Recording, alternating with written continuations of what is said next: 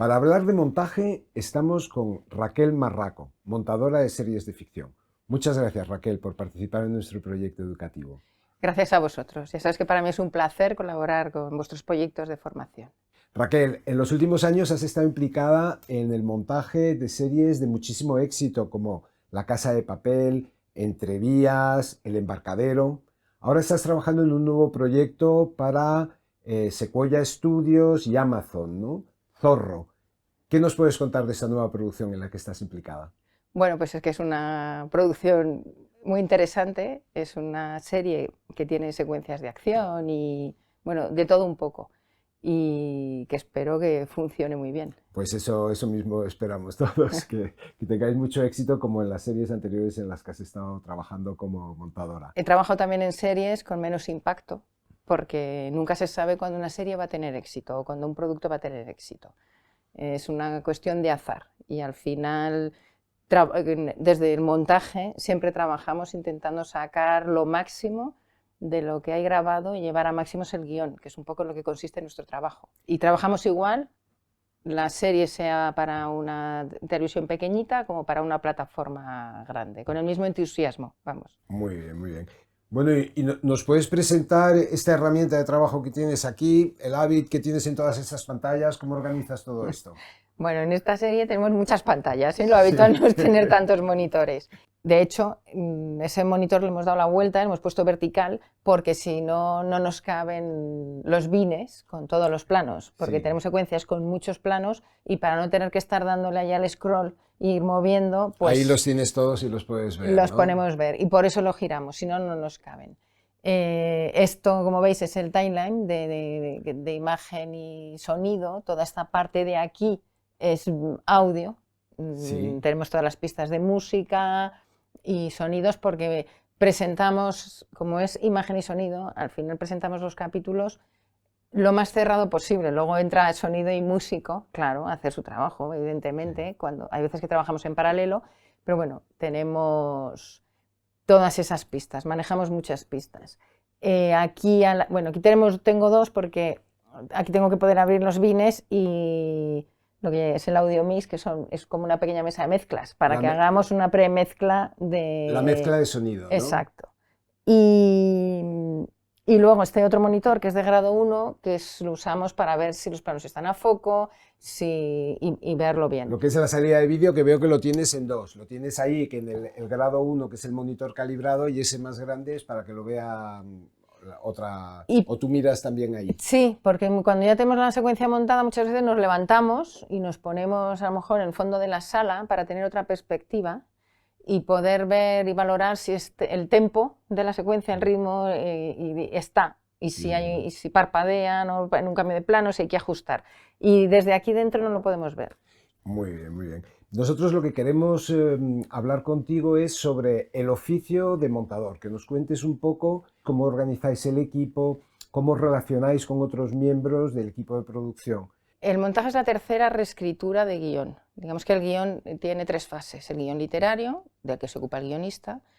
Hay una segunda reescritura, que es el rodaje, de la que se ocupa el director y participan todos los equipos, el director de fotografía, maquillaje, peluquería, el director de arte, los actores, todo el mundo que forma parte de lo que se llama la producción. Y después hay una tercera reescritura que es en el montaje. Nosotros cogemos lo que se ha grabado e intentamos llevar a máximos el guión literario. Es decir, en el montaje es cuando realmente se aplica lo que es el lenguaje audiovisual, ¿no? Porque el guión literario está trabajando todavía con palabras, pero vosotros ya trabajáis con imágenes, músicas, diálogos. Tenemos que trabajar con lo que está rodado. Ya tenemos que desprendernos de lo que se ha querido rodar, porque unas veces se llega mucho más lejos de lo que se ha pretendido Sí. y otras veces el director se queda más corto, por circunstancias que son múltiples. Y nosotros tenemos que trabajar o trabajamos con lo que hay. ¿Qué herramientas utilizáis para montar?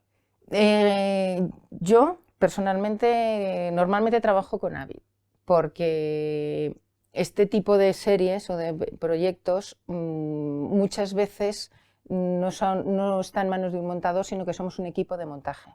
Tenemos que trabajar con el mismo material varias personas a la vez.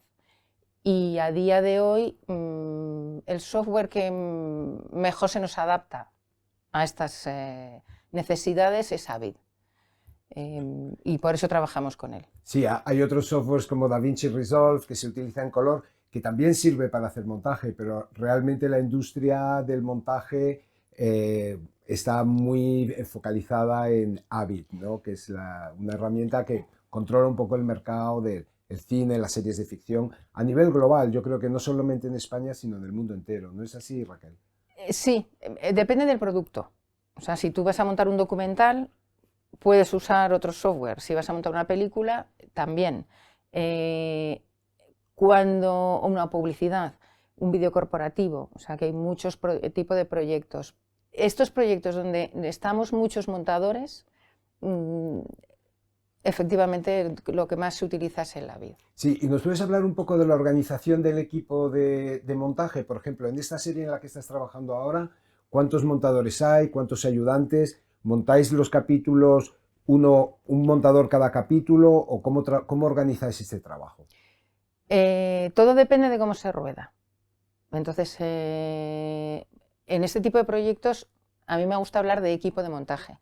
En este vamos a ser 3 montadores, ahora mismo somos 2, pero en breve se incorpora un tercer montador y tenemos 2 ayudantes. Insisto que en la Casa de Papel éramos 8 montadores o 6 montadores, dependiendo. Entonces, la forma de abordar el trabajo es diferente. Hay veces que un montador se ocupa de un capítulo. En esta serie trabajamos en equipo porque se está rodando por localizaciones. Entonces, hasta que no corten, no vamos a tener grabado ni siquiera el capítulo 1. Y tenemos abiertos 10 capítulos a la vez. Entonces, el proceso de montaje hay que abordarlo de otra forma diferente. ¿Cómo nos organizamos para semejante jardín? Pues ordenamos el material de una manera muy rigurosa en la que nos ponemos de acuerdo para entender todos dónde está la imagen, el sonido, el material sincronizado, las bandas sonoras de referencia o la música que nos está enviando ya los músicos para trabajar, los efectos de sonido, y todo eso lo tenemos organizado en carpetas y en diferentes proyectos para que cualquiera pueda acceder.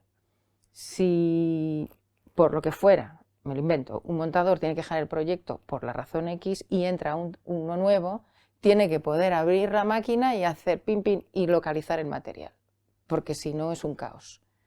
Muy bien. También, Raquel, quería que nos hablaras de vuestra relación con los directores. ¿Se supervisan vuestro trabajo diariamente o regularmente? ¿Cómo os relacionáis con ellos?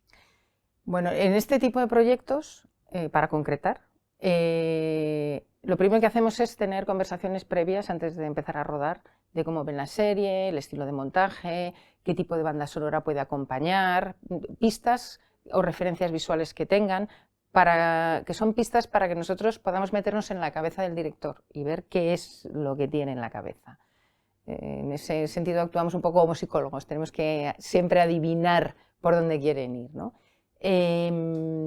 Cuando nos llega el material, nosotros vamos haciendo premontajes de lo que llega y les hacemos envíos si ellos no pueden venir a la sala, para que vean si va para concretar, si se está yendo por donde quieren ir en el rodaje. No solamente dirección, sino el resto de los equipos. Una vez que nosotros tenemos montadas todas las secuencias, armamos el capítulo por orden de guión y empieza lo que creo que para la mayoría de los montadores es el montaje, y la parte más bonita del montaje, que es construir, terminar de construir la historia, las emociones, poder atrapar al espectador y que no se levante de la silla, ¿no? Hasta que acaba la película. Durante ese proceso le vamos haciendo envíos a los directores si ellos no pueden venir y seguimos hablando porque seguimos buscando la película. Una vez que ya digamos que la tenemos encontrada, es lo que llamamos el corte del montador, entra el director a trabajar con nosotros. Y ahí empiezan todos los debates de los distintos puntos de vista, un plano que ellos han grabado que quieren montar sí o sí porque ha costado mucho dinero y nosotros vemos que no tiene ninguna utilidad, por ejemplo, puede ocurrir. Bueno, y un montón de anécdotas más. Después de eso, suelen entrar la figura del showrunner o productor ejecutivo, que son los que defienden el proyecto ante el cliente, que puede ser una plataforma, una televisión, y vuelve a establecerse el mismo debate de por dónde tiene que ir el capítulo y terminamos de afinar. Al final es aportar con la mirada de todos, nosotros con las distintas cosas que nos dicen, buscar el mejor producto, la mejor película. Es intentar construirlo lo mejor posible. Muy bien. Bueno, y vosotros trabajáis en el montaje con unos materiales que llamamos materiales proxy, que os ha dado el DIT, que son como unos materiales de una calidad un poco inferior para que funcionen bien en vuestro sistema Avid de montaje. Y una vez que vosotros termináis el capítulo o la serie, se exporta una EDL que va a ir ya a los procesos de conformado, color, integración final de los efectos visuales. ¿Cómo es esa etapa final en la que vosotros entregáis a los sistemas de postproducción y masterización vuestro trabajo? Bueno, efectivamente nosotros no podemos trabajar con el material en alta como se rueda, porque se rueda a 4K, 8, 7, o sea, a grandes resoluciones. El DIT, a nosotros trabajando en Avid, el formato que utilizamos, por ejemplo, en esta serie es de NX 85, o sea que se comprime mucho, y nos manda los .mxf, que es el archivo con el que trabajamos en Avid, y que previamente le ha aplicado él una precorrección de color que llamamos LUT. Sí, LUT o LMT también, el show LUT, ¿no? Eso es. Entonces ya nos lo viene aplicado. A veces nos viene el archivo en logarítmico o sea, nos viene el vídeo en logarítmico, en MXF, y nos viene un archivo de LUT que aplicamos nosotros. Pero lo habitual es que nos lo den ya el DIT, nos lo dé así. Importamos el material, importamos el sonido, sincronizamos y trabajamos con eso. Sí. Todos esos archivos, ahora me pongo un poco más técnica, tiene que tener correcto lo que nosotros llamamos metadata, que son los datos que van a necesitar tanto color como sonido para luego conformar y replicar lo que tenemos nosotros aquí en este timeline, replicarlo luego en sus sesiones bien de Pro Tools o de DaVinci si se corrige en DaVinci. Para eso lo que hacemos es hablar con ellos. ¿Qué necesitáis? ¿Qué es lo que es? Porque cada técnico, cada especialista trabaja de una forma diferente. Entonces hablamos con el colorista, ¿qué necesitas? Le solemos dar un QuickTime de referencia y luego una AAF de color. Sí, una AAF que es como una EDL, ¿no? Es la lista de decisiones de montaje, EDL, ¿no? Exacto. Lo que pasa es que las AFs puedes llevar la media embebida o copiada en una carpeta. Muy bien. Esa es la diferencia con una EDL. La EDL es más una lista de corte que puede ser más similar a lo que se usaba antes cuando se hacía en fotográfico. Muy bien. Que entonces se hacían las listas de corte a mano. Claro, claro. ¿Vale? Y lo mismo con sonido. Ellos tienen los brutos. ¿Vale? Entonces con esa EDL y AF, que muchas veces nos piden las dos cosas, ellos reconforman lo que es la sesión. Hacen el proceso de conformado ya con los materiales de alta calidad. Eso es. Y lo mismo, del mismo flujo de trabajo para efectos visuales, ¿no? Efectos visuales es otro flujo. Nosotros les tenemos que decir normalmente a color, nos llamamos al colorista, el plano para llevar a efectos, y ellos son los que le dan a efectos el plano en alta calidad, y ellos son los que hablan, nosotros ahí ya no entramos, si tiene que estar en logarítmico y se corrige el color luego o se hace una precorrección de color.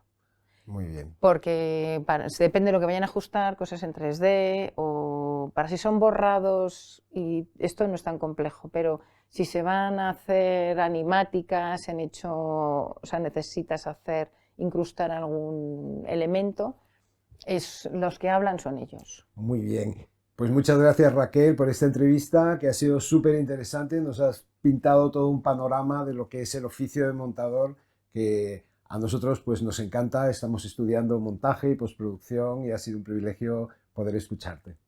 Bueno, muchas gracias a vosotros por darme esta oportunidad de hablar del montaje, que es algo que a mí me apasiona y me entusiasma, y espero que de esta entrevista salgan más montadores Muy bien.